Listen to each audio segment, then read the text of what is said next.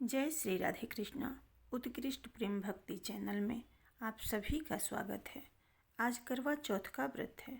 आप सभी को करवा चौथ व्रत की हार्दिक शुभकामनाएं।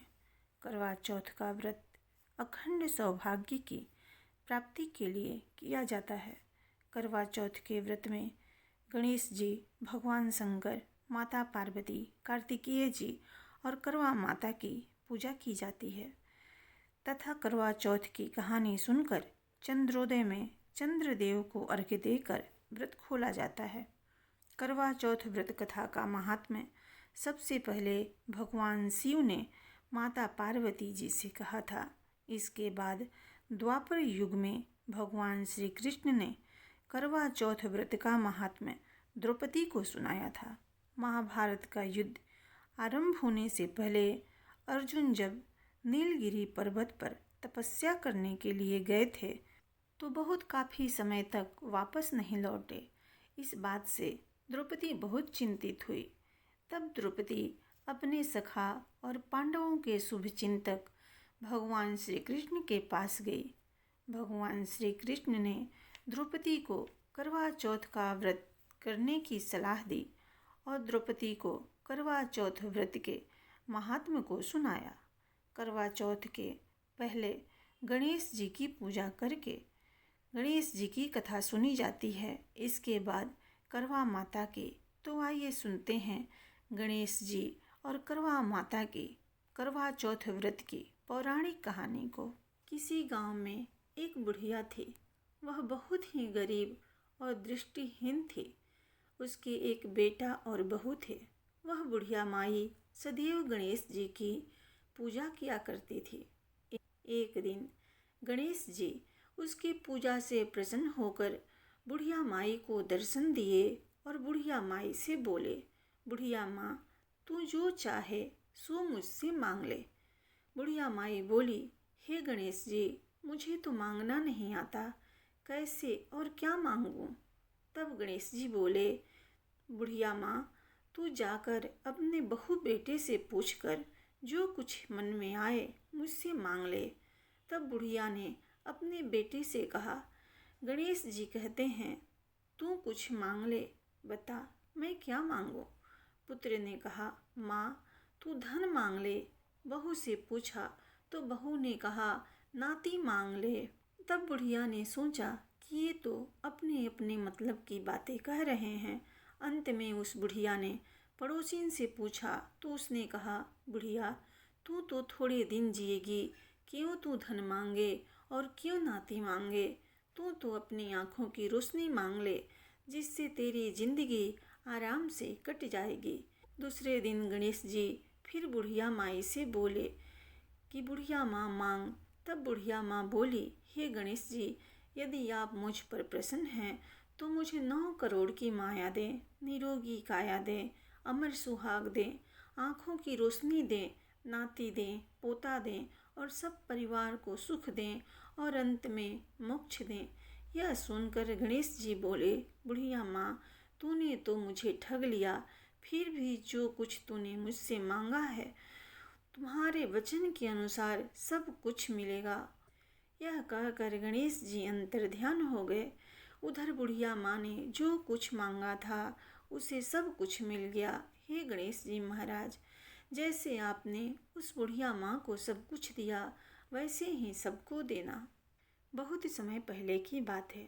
किसी नगर में एक साहूकार रहता था।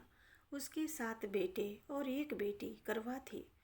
सभी भाई अपनी बहन करवा से बहुत प्यार करते थे, यहाँ तक कि वे पहले उसे खाना खिलाते और बाद में स्वयं खाते थे।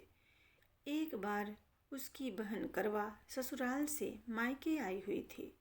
शाम को भाई जब अपना व्यापार व्यवसाय बंद कर घर आए तो देखा उसकी बहन बहुत व्याकुल है।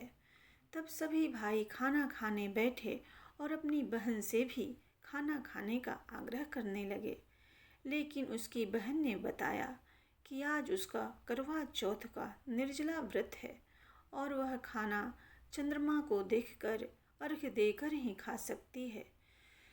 चंद्रमा अभी तक निकले नहीं थे इसलिए वह भूख प्यास से व्याकुल हो उठी थी।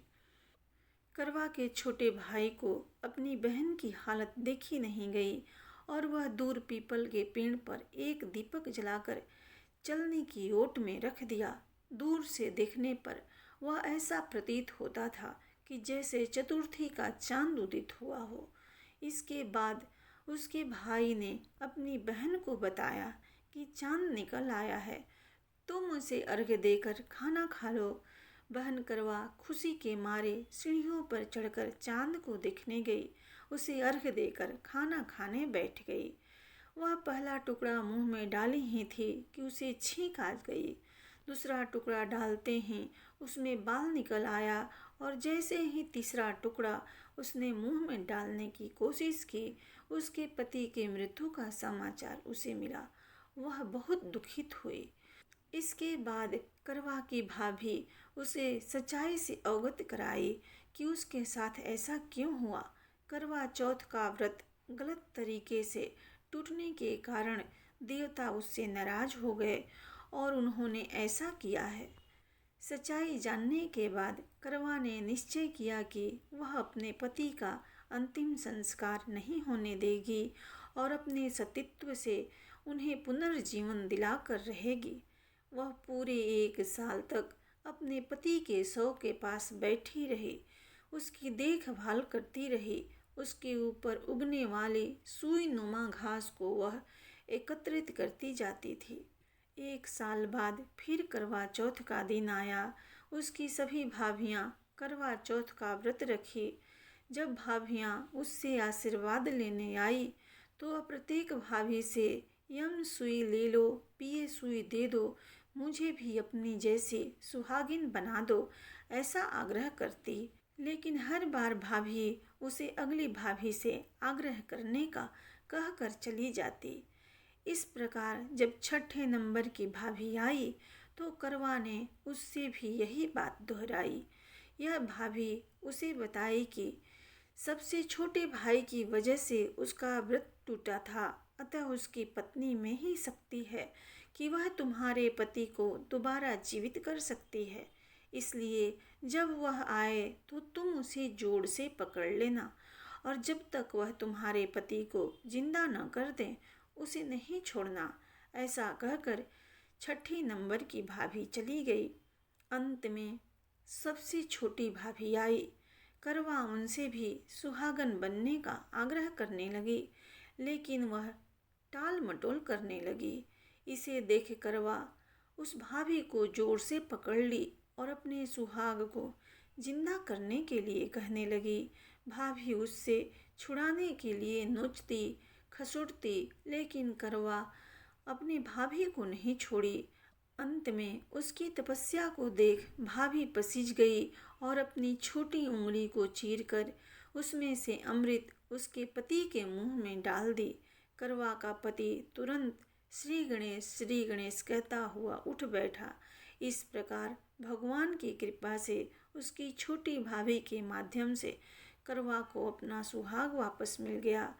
हे श्री गणेश जी, हे माँ गौरी, जिस प्रकार करवा को चिर सुहाग का वरदान आपसे मिला है वैसा ही सब सुहागिनों को मिले।